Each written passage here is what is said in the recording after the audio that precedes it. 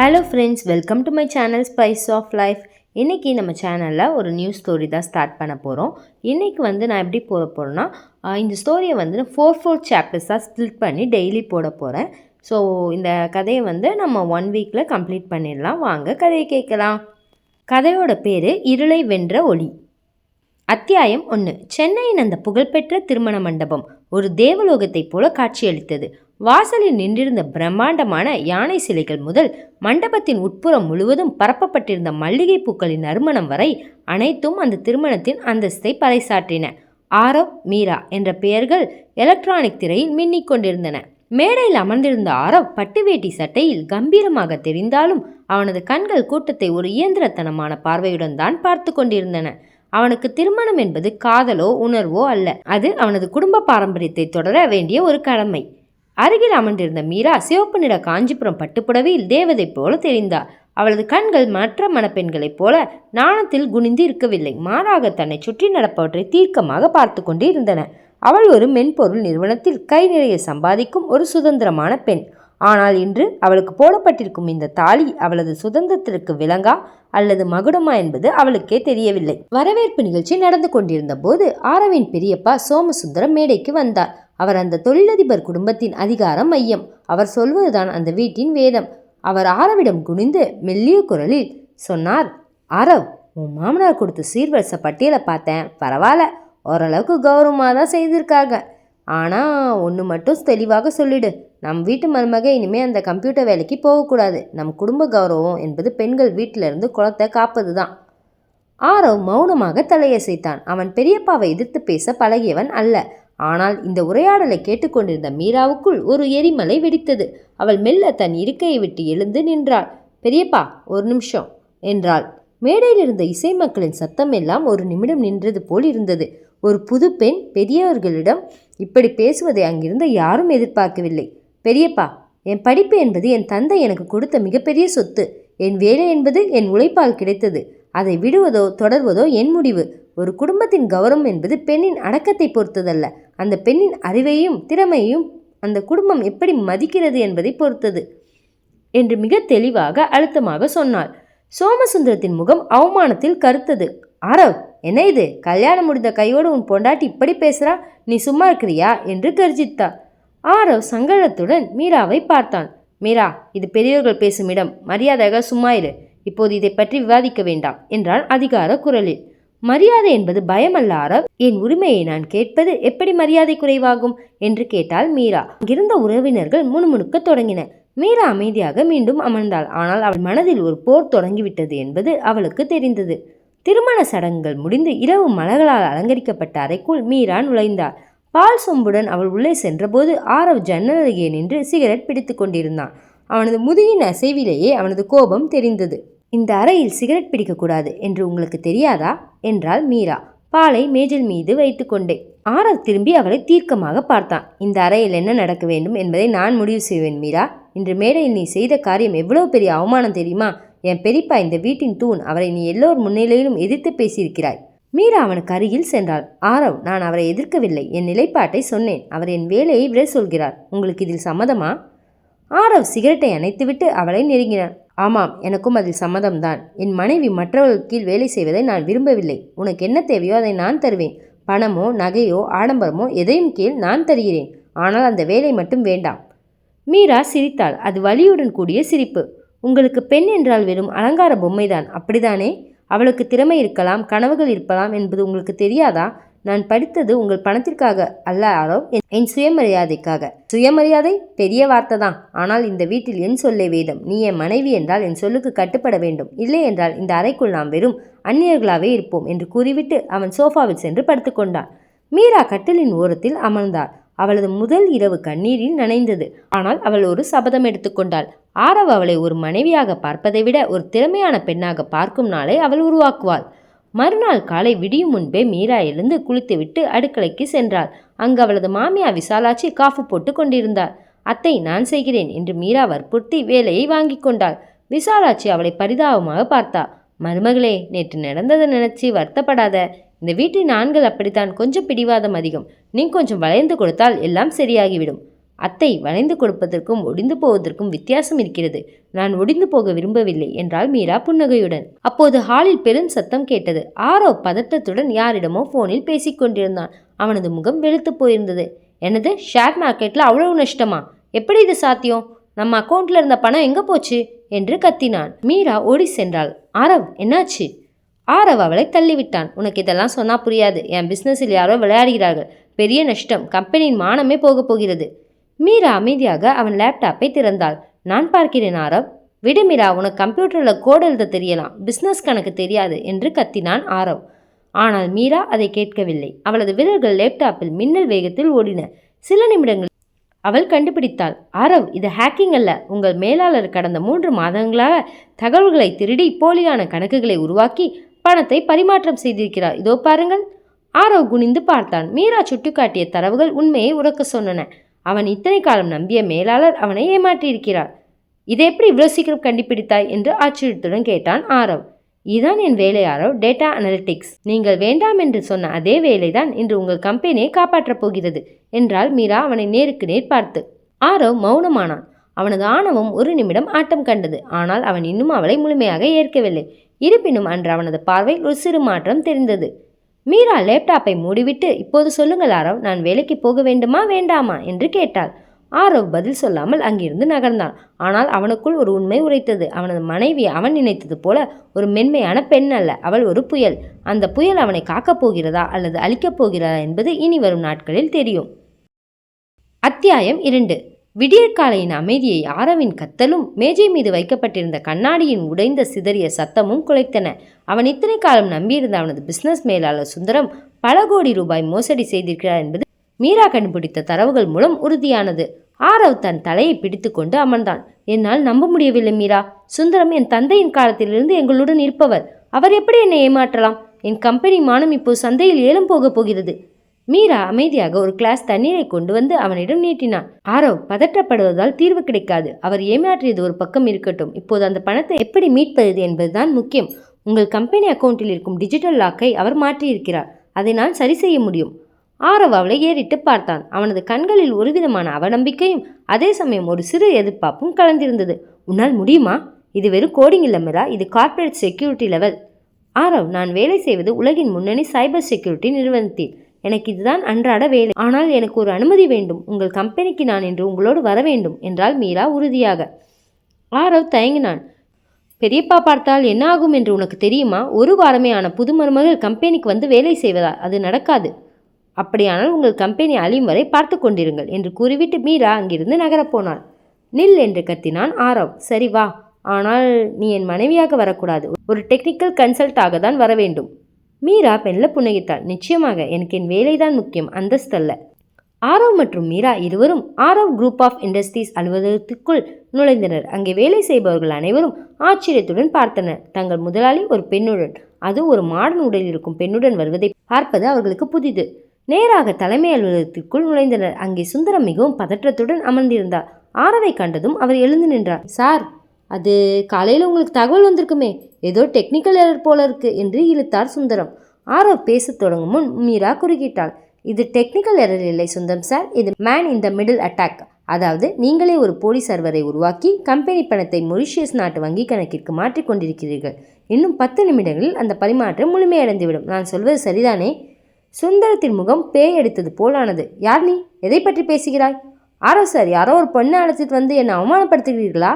ஆரவ் கத்தப்போனான். ஆனால் மீரா அவனை தடுத்தாள். அவள் வேகமாக அங்கிருந்த சர்வஸ்தத்தில் தன் ஹார்ட் டிரைவை இணைத்தாள். அவளது விரல்கள் கணினி திரையில் நடனமாடின. பச்சை நிற குடியீர்கள் திரையில் மின்னல் வேகத்தில் ஓடின. ஆரவ், பாருங்கள் என்று காட்டினார். திரையில் சுந்தரத்தின் தனிப்பட்ட லாகின் ஐடி மூலம் பணம் மாற்றப்படுவது ஆதாரத்துடன் தெரிந்தது. சுந்தரம் அங்கிருந்து தப்பிக்க முயன்றார். ஆனால் மீரா ஏற்கனவே செக்யூரிட்டிக்கு சிக்னல் கொடுத்திருந்தாள். செக்யூரிட்டி வீரர்கள் அவரை பிடித்து கொண்டனர். ஆரவ் சார், என்னை மன்னிச்சிடுங்க, பண தேவைக்காக இப்படி செஞ்சிட்டேன் என்று அவர் கதறினார்.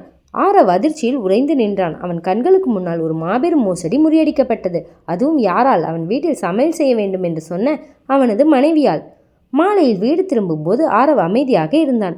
அவன் மனதுக்குள் மீராவின் திறமையை கண்டு ஒருவித பிரமிப்பு இருந்தது.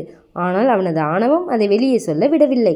வீட்டிற்குள் நுழைந்ததும் ஹாலில் பெரியப்பா சோமசுந்தரமும் மற்ற உணவர்களும் கூடியிருந்தனர். அவர்கள் முகம் மிகவும் கோபமாக இருந்தது. ஆரவ், நீ என்ன செய்து கொண்டிருக்கிறாய்? புது மருமகளை கம்பெனிக்கு கூட்டி செல்வதா? நம் குடும்ப வழக்கப்படி பெண்கள் அங்கு கால் வைக்கக்கூடாது என்பது உனக்கு தெரியாதா என்று கத்தினார் சோமசுந்தரம். ஆரவ் பதில் சொல்ல முடியாமல் தவித்தான். பெரியப்பா, அது ஒரு எமர்ஜென்சி. மீரா முன்வந்தாள். பெரியப்பா, கம்பெனிக்கு ஆபத்து வந்தபோது உங்கள் வழக்கங்கள் அதை காப்பாற்ற வரவில்லை, நான் தான் காப்பாற்றினேன். சுந்தரம் செய்த மோசடியை நான் தான் கண்டுபிடித்தேன். உங்கள் கம்பெனி பணம் இப்போது பாதுகாப்பாக இருக்கிறது. சோமசுந்தரம் ஏளனமாக சிரித்தார். பார்த்தா யாரோ, இவ இப்போதே நம்ம கம்பெனி ரகசியங்களை தலையிட ஆரம்பிச்சிட்டா. இவ திறமைசாலியாக இருக்கலாம், ஆனால் இவ நம்ம குடும்பத்தை கட்டுப்படுத்த நினைக்கிறா. இவளை இப்போ அடக்கலைன்னா இந்த வீடு அவள் கைக்கு போயிடும். விசாலாட்சி ஆரவின் அம்மா கலக்கத்துடன் பார்த்தார். மீரா, நீ செய்தது உதவிதான், ஆனால் பெரியவர்களும் இப்படியா பேசுவது? அத்தை, உண்மையை சொல்வது திமிர் என்றால் நான் திமிர் பிடித்தவளாகவே இருக்கிறேன். ஆனால் என் கணவரின் உழைப்பை யாரோ ஒருவன் திருடுவதை பார்த்து கொண்டு என்னால் சும்மா இருக்க முடியாது என்றாள் மீரா. ஆரவ் இப்போது வாய் திறந்தான். மீரா, போதும், நீ செய்த உதவிக்கு நன்றி. ஆனால் என் குடும்பத்தினர் முன்னால் நீ இப்படி வாதிடுவதை என்னால் பொறுத்து கொள்ள முடியாது. இப்போதே மன்னிப்பு கேள். மீரா திகைத்து போனாள். என்னது, மன்னிப்பா? எதற்காக? உண்மையை சொன்னதற்காகவா?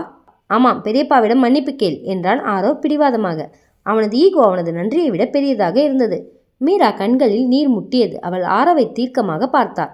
மன்னிக்கவும் ஆரவ், நான் தவறு செய்திருந்தால் மன்னிப்பு கேட்டிருப்பேன். ஆனால் நீங்களே உங்கள் கௌரவத்தை காப்பாற்றியவளை கீழே தள்ள பார்க்கிறீர்கள். எனக்கு இந்த வீடு வேண்டாம், இந்த மரியாதையற்ற வாழ்க்கையும் வேண்டாம் என்று கூறிவிட்டு தன் அறைக்குள் சென்று கதவை சாத்தினாள். அன்றிரவு மீரா யாரிடமும் பேசவில்லை. அவள் தன் லேப்டாப்பை எடுத்துக்கொண்டு பெட்ரூமின் பால்கனியில் அமர்ந்தாள். நிலவொளியில் அவளது முகம் வாடியிருந்தது. ஆரவ் மெதுவாக அறைக்குள் வந்தான். அவனுக்கு தான் செய்தது தவறு என்ற உள்ளுணர்வு சொல்லியது. ஆனால் அதை எப்படி சொல்வது என்று தெரியவில்லை. அவன் அவளுக்கு அருகில் வந்து நின்றான். மீரா, நான் அப்படி சொல்லியிருக்க கூடாதுதான், ஆனால் என் பெரியப்பாவுக்கு நான் கட்டுப்பட்டவன். அவருக்கு மரியாதை கொடுப்பது என் கடமை. மீரா அவனை திரும்பி கூட பார்க்கவில்லை. கடமை என்பது காதலை விட பெரியதா ஆரவ்? உங்கள் பெரியப்பா என் திறமையை அவமானப்படுத்துகிறார், நீங்கள் அதை வேடிக்கை பார்க்கிறீர்கள். இதுதான் நாம் வாழப்போகும் வாழ்க்கையா? நான் உன்னை நேசிக்கிறேன் மீரா. ஆனால் என்று கேட்டாள் மீரா. ஆனால் நான் ஒரு அடிமையாக இருக்க வேண்டும் என்று எதிர்பார்க்கிறீர்கள். பாருங்கள் ஆரவ், நீங்கள் இழந்த அந்த பணத்தை நான் மீட்டு தந்துவிட்டேன். ஆனால் நீங்கள் இழந்த என் நம்பிக்கையை எப்படி மீட்பீர்கள்? ஆரவுக்கு பதில் சொல்ல தெரியவில்லை. அவன் அங்கிருந்து நகரப்போனான். அப்போது மீரா சொன்னால், நாளைக்கு உங்கள் கம்பெனியில் ஒரு முக்கியமான போர்டு மீட்டிங் இருக்கிறது. அங்கே சுந்தரம் செய்த விஷயங்களை நீங்கள் விளக்க வேண்டும். நான் ஆதாரங்களை உங்கள் மெயிலுக்கு அனுப்பிவிட்டேன். தயவு செய்து எதையாவது உருப்படியாக செய்யுங்கள். ஆரவ் அந்த பேச்சில் இருந்த அதிகாரத்தையும் அதே சமயம் அக்கறையையும் கவனித்தான். அவன் மனதுக்குள் ஒரு மெல்லிய காதல் அரும்பு விட தொடங்கியது. ஆனால் அந்த அரும்பை சுற்றி குடும்பம் எனும் முட்கள் இருந்தன. மறுநாள் காலை வீட்டில் ஒரு பெரிய விசேஷத்திற்கு ஏற்பாடு செய்யப்பட்டிருந்தது. மீராவின் பிறந்த வீட்டு உறவினர்கள் வரவிருந்தனர். சோமசுந்தரம் ஒரு திட்டம் போட்டார். மீராவை பழிவாங்க அவளது பெற்றோர்கள் முன்னிலையிலே அவளை அவமானப்படுத்த வேண்டும் என்று முடிவு செய்தார். விசாலாட்சி மீராவிடம் வந்தார். மருமகளே, இன்று உன் அப்பா அம்மா வருகிறார்கள். தயவு செய்து எந்த பிரச்சனையும் செய்யாதே. ஆரவிடம் அன்பாக இரு. மீரா புன்னகைத்தாள். கவலைப்படாதீர்கள் அத்தை, நான் என் குடும்ப கௌரவத்தை என்றும் விட்டுக் கொடுக்க மாட்டேன். ஆனால் அங்கே காத்து கொண்டிருந்தது ஒரு பெரிய சூறாவளி. மீராவின் தந்தை ஒரு நேர்மையான அரசு அதிகாரி. அவர் ஆரவின் கம்பெனி பற்றி ஒரு திடுக்கிடும் தகவலை கொண்டு வந்திருந்தார். அது ஆரவின் வாழ்க்கையை மாற்றப்போகும் ஒரு தகவல். அத்தியாயம் 3. அதிகாலை பனி சென்னையின் சாலைகளை நனைத்து கொண்டிருந்தது. ஆரவின் பிரம்மாண்டமான வீட்டில் அன்று விசேஷ களை கட்டியிருந்தது. மீராவின் பெற்றோர் வருவதால் வீட்டின் வரவேற்பறை மலர்களாலும் பன்னீர் வாசனையாலும் நிறைந்திருந்தது. ஆனால் அந்த நறுமணத்திற்கு பின்னால் ஒரு கசப்பான சதிவலை பின்னப்பட்டிருந்தது மீராவுக்கு தெரியாது. ஆரவ் தன் அறைக்குள் கண்ணாடியின் முன் நின்று டை கட்டி கொண்டிருந்தான். அவனது கைகள் நடுங்கின. நின்று கம்பெனியில் நடந்த விஷயங்கள் அவன் மனதை அரித்து கொண்டிருந்தன. சுந்தரம் போன்ற ஒரு நம்பிக்கைக்குரியவர் துரோகம் செய்ததை அவனால் இன்னும் ஜீர்ணிக்க முடியவில்லை. அதைவிட அதை மீரா கண்டுபிடித்த விதம் அவனது ஆண்மையின் கர்வத்தை லேசாக சீண்டி பார்த்தது. மீரா அறைக்குள் வந்தாள். அவள் அணிந்திருந்த மஞ்சள் நிற பட்டுப்புடவை அவளுக்கு ஒரு தனி தேஜஸை கொடுத்தது. அவள் கையில் ஒரு ஃபைல் இருந்தது. ஆரவ், இதோ நீங்கள் கேட்ட அந்த ஆடிட் ரிப்போர்ட். சுந்தரம் எங்கே பணத்தை மறைத்து வைத்திருக்கிறார் என்பதற்கான டிஜிட்டல் தடயங்கள் இதில் உள்ளன. இதை இன்று உங்கள் போர்டு மீட்டிங்கில் சமர்ப்பியுங்கள் என்றாள் மீரா அமைதியாக. ஆரவ் அந்த ஃபைலை வாங்கி கொண்டான். நன்றி மீரா, ஆனால் இன்று உன் அப்பா அம்மா வருகிறார்கள். நீ அவர்களுடன் நேரத்தை செலவிடு. கம்பெனி விஷயங்களை நான் பார்த்துக்கொள்கிறேன். மறுபடியும் பெரியப்பா முன்னால் எதையும் பேசிவிடாதே. மீரா மெல்ல புன்னகைத்தாள். ஆரவ், உண்மையை சொல்வது பெரியப்பாவுக்கு பிடிக்கவில்லை என்றால் அது அவர் பிரச்சனை. ஆனால் இன்று என் தந்தை இங்கே வருவது வெறும் விருந்துக்காக மட்டுமல்ல. அவர் ஒரு முக்கியமான தகவலை உங்களிடம் சொல்லப்போகிறார். என்ன தகவல் என்று கேட்டான் ஆரவ் சுருங்கிய புருவங்களுடன். அவர் வரும்போது அவரே சொல்லட்டும் என்று கூறிவிட்டு மீரா கீழே சென்றாள். மீராவின் தந்தை சிவராமன் ஒரு நேர்மையான IAS அதிகாரி. அவர் தன் மனைவியுடன் ஆரவின் வீட்டிற்குள் நுழைந்தார். சோமசுந்தரம் அவர்களை வரவேற்றார். ஆனால் அந்த வரவேற்பில் ஒரு போலித்தனம் இருந்தது. வாருங்கள் சிவராமன் அவர்களே, உங்கள் மகளை எங்கள் வீட்டு மருமகளாக பெற்றதில் எங்களுக்கு பெருமைதான். ஆனால் கொஞ்சம் அவளுக்கு குடும்ப கட்டுப்பாடுகளை கற்றுத்தாருங்கள் என்றார் சோமசுந்தரம் கிண்டலாக. சிவராமன் புன்னகைத்தார். என் மகள் எப்போதுமே நேர்மையையும் திறமையையும் நம்புபவள்.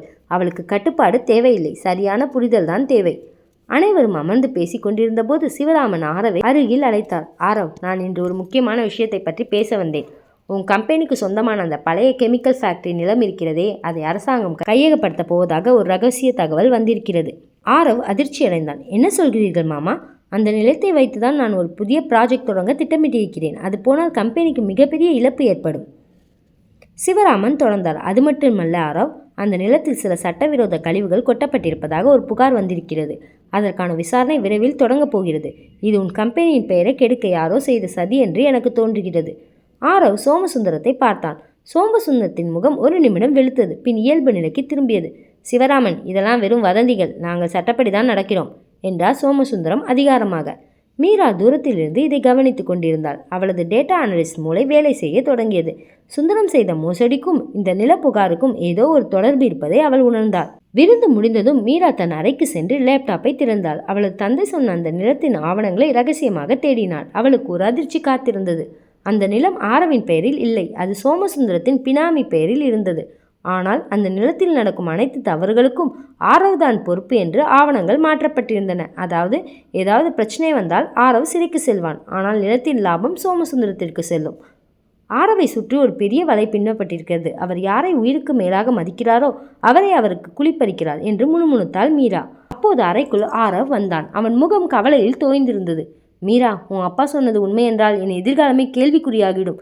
அந்த ப்ராஜெக்டுக்காக நான் பல கோடி ரூபாய் கடன் வாங்கியிருக்கிறேன். மீரா எழுந்து வந்து அவன் கைகளை பற்றினாள். ஆரவ், நான் சொல்வதை கொஞ்சம் கேளுங்கள். நீங்கள் யாரை நம்புகிறீர்களோ அவர்கள் எல்லாரும் நல்லவர்கள் அல்ல.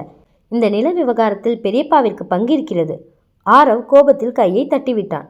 மறுபடியும் ஆரம்பித்து விட்டாயா? பெரியப்பாவை பற்றி தவறாக பேசாதே என்று எத்தனை முறை சொல்வது? அவர் என் தந்தைக்கு நிகரானவர். தந்தைக்கு நிகரானவர் உங்களை சிறைக்கு அனுப்ப துணிவாரா?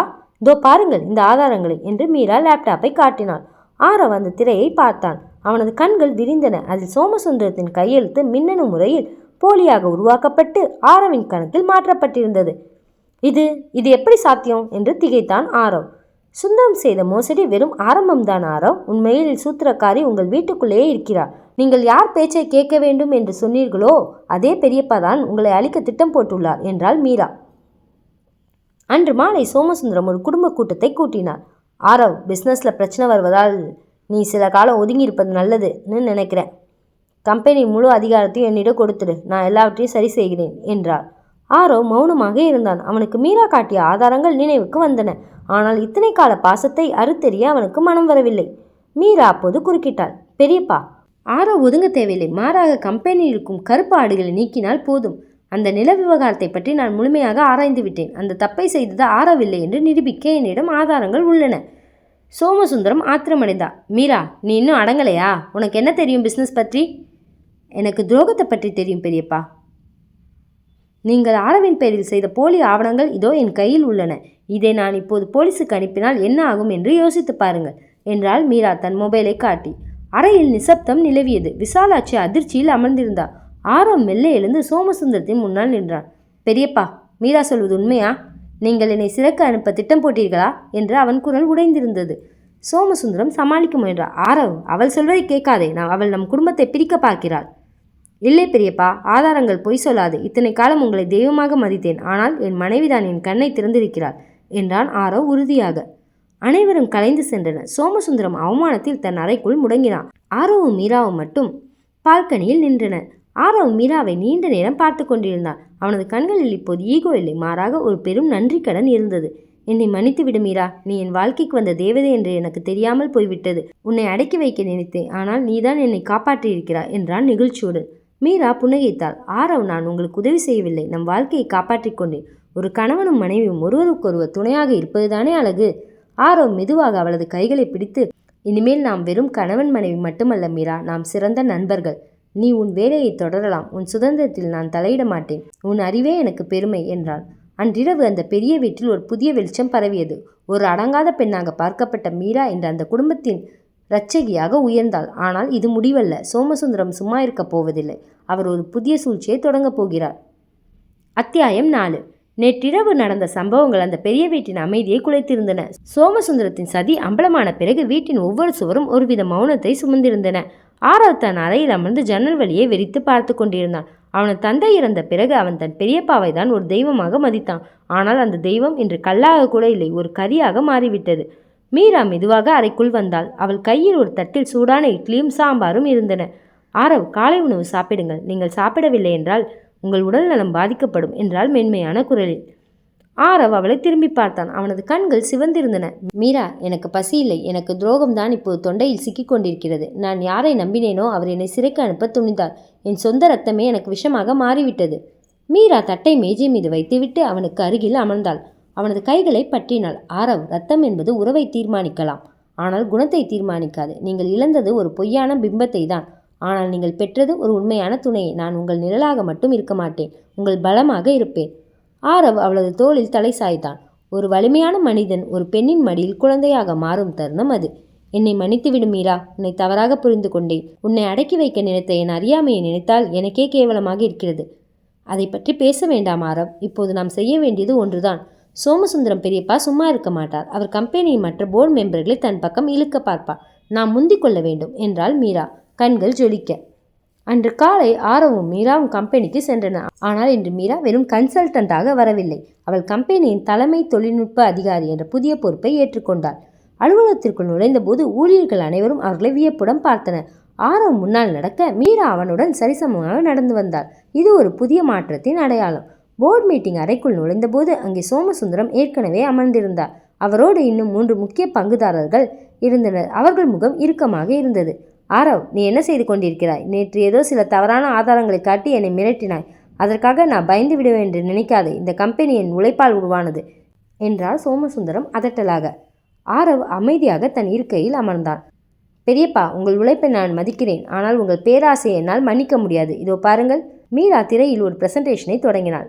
வணக்கம் அனைவருக்கும். நான் மீரா ஆரவ். கடந்த 24 மணி நேரத்தில் கம்பெனியின் வரவு செலவு கணக்குகளை நான் ஒரு ஆர்டிஃபிஷியல் இன்டெலிஜென்ஸ் மென்பொருள் மூலம் ஆய்வு செய்தேன்.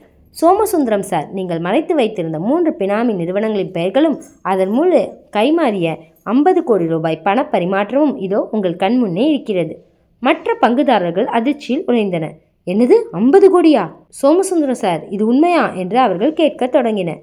சோமசுந்தரம் ஆத்திரத்தில் மேஜையை தட்டினார். நிறுத்துங்கள், இவள் ஒரு பெண், இவளுக்கு என்ன தெரியும்? இதெல்லாம் பொய்யான ஆதாரங்கள். மீரா சிரித்தாள். பொய்யான ஆதாரங்கள் என்றால் ஏன் உங்கள் கைகள் நடுங்குகின்றன? இந்த தகவல்கள் இப்போது SCBI மற்றும் வருமான வரித்துறைக்கு அனுப்ப தயாராக உள்ளன. நீங்கள் கௌரவமாக உங்கள் பதவியை ராஜினாமா செய்கிறீர்களா அல்லது கைவிலகு போட தயாராக இருக்கிறீர்களா? அறையில் நிசப்தம் நிலவியது. சோமசுந்தரம் தோற்றுப்போனார் என்பது அவர் முகத்திலேயே தெரிந்தது. ஒரு பெண்ணின் அறிவுக்கு முன்னால் தனது பல ஆண்டு கால சூழ்ச்சி தவிடுபொடியானதை அவரால் தாங்க முடியவில்லை. அவர் மௌனமாக ராஜினாமா கடிதத்தில் கையெழுத்திட்டுவிட்டு வெளியேறினார். வேலை முடிந்து மாலை வீடு திரும்பும்போது ஆரவ் மிகவும் லேசாக உணர்ந்தான். அவன் காரை ஒரு பூங்கா அருகே நிறுத்தினான். ஏன் நிறுத்தினீர்கள் ஆரவ் என்று கேட்டாள் மீரா. இன்று நாம் கொண்டாட வேண்டும் மீரா. இதுவரை நான் உன்னை ஒரு மனைவியாக பார்த்ததே இல்லை. இன்று உன்னை ஒரு தோழியாக, ஒரு வழிகாட்டியாக பார்க்கிறேன். எனக்கு ஒரு வாய்ப்பு கொடு உன்னை நேசிக்க என்றான் ஆரவ் மென்மையாக. அவர்கள் பூங்காவிற்குள் நுழைந்தனர். மாலை நேரத்து மெல்லிய காற்று வீசியது. ஆரவ் ஒரு மல்லிகை பூச்சரத்தை வாங்கி மீராவின் தலையில் வைத்தான். மீரா நாணத்துடன் சிரித்தாள். நீங்கள் என் அறிவை மதிக்கும்போது என் அழகை ரசிப்பது இன்னும் இனிமையாக இருக்கிறது ஆரவ். அவர்கள் இருவரும் ஒரு பெஞ்சில் அமர்ந்து நெடுநேரம் பேசிக்கொண்டிருந்தனர். அவர்கள் கடந்த கால கசப்புகள் மறைந்து ஒரு புதிய எதிர்காலத்திற்கான அஸ்திவாரம் அங்கே போடப்பட்டது. ஆரவ் மீராவின் கைகளை பிடித்து, நீ இல்லை என்றால் என் வாழ்க்கை ஒரு இருண்ட குகையாக இருந்திருக்கும் மீரா. உன்னுடைய இந்த துணிச்சல் தான் எனக்கு மிகப்பெரிய பலம் என்றான். வீட்டிற்கு திரும்பிய போது வாசலில் ஒரு கருப்பு நிற கார் நின்று கொண்டு இருந்தது. அதிலிருந்து இறங்கியது ஒரு பெண். அவள் பெயர் மாயா, ஆரவின் பழைய தோழி மற்றும் பிசினஸ் பார்ட்னர். மாயாவுக்கு சோமசுந்தரத்திற்கும் ஒரு ரகசிய தொடர்பு இருந்தது. மாயா உள்ளே வந்தாள். ஹலோ ஆரவ், கம்பெனியில் பெரிய மாற்றங்கள் நடப்பதாக கேள்விப்பட்டேன். இதுதான் உன் புது மனைவியா என்று மீராவை கேலி பார்வையுடன் பார்த்தாள். மீரா அவளை தீர்க்கமாக பார்த்தாள். மாயாவின் கண்களில் ஒருவித வஞ்சகம் தெரிந்தது. ஆமாம், நான் தான் மீரா. நீங்கள்? நான் மாயா. ஆரவின் பிஸ்னஸில் பாதி பங்கு என்னிடம் இருக்கிறது. சோமசுந்தரம் சார் கைவிட்டதால் இனிமேல் கம்பெனி முடிவுகளை நானும் ஆரவும் சேர்ந்துதான் எடுப்போம் என்றாள் மாயா தந்திரமாக. ஆரவ் சங்கடத்துடன் மீராவை பார்த்தான். மாயாவிடம் உள்ள பங்குகளை மீட்காமல் அவளை வெளியேற்ற முடியாது என்பது அவனுக்கு தெரியும். சோமசுந்தரம் வெளியேற்றப்பட்டாலும் அவர் மாயாவை ஒரு ஆயுதமாக பயன்படுத்தி மீண்டும் உள்ளே வர துடிக்கிறார் என்பதை மீரா புரிந்து கொண்டாள். அன்றிரவு மீரா மீண்டும் தன் லேப்டாப் முன்னால் அமர்ந்தாள். மாயாவின் பின்னணியை ஆராய தொடங்கினாள். ஆரவ் உள்ளே வந்து, மீரா, மாயா கொஞ்சம் கடினமானவள். அவளிடம் அதிகப்படியான பங்குகள் உள்ளன. அவளை சாதாரணமாக நினைக்காதே என்றான் கவலையுடன். மீரா அவனது கையை பிடித்து சொன்னாள், ஆரவ், மலை எவ்வளவு பெரியதாக இருந்தாலும் அதை தகர்க்க ஒரு சிறிய உளி போதும். மாயா யார் என்பது எனக்கு தெரியாது, ஆனால் உங்கள் மனைவி யார் என்பது உங்களுக்கு தெரியும் அல்லவா? கவலைப்படாதீர்கள், இந்த ஆட்டத்திலும் நாமே வெல்வோம். இதோட அத்தியாயம் 4 வரைக்கும் முடிஞ்சிருச்சு. அத்தியாயம் 5லேருந்து நாளைக்கு பார்க்கலாம். உங்களுக்கும் இந்த கதை பிடிச்சிருக்குன்னு நினைக்கிறேன். கதை பிடிச்சிருந்தா மறக்காமல் லைக் பண்ணிடுங்க. கதையை பற்றின கருத்துக்களை கமெண்ட் செக்ஷனில் சொல்லுங்கள். கதையை தொடர்ந்து கேட்க சேனலை சப்ஸ்கிரைப் பண்ணிக்கோங்க. Thanks for listening.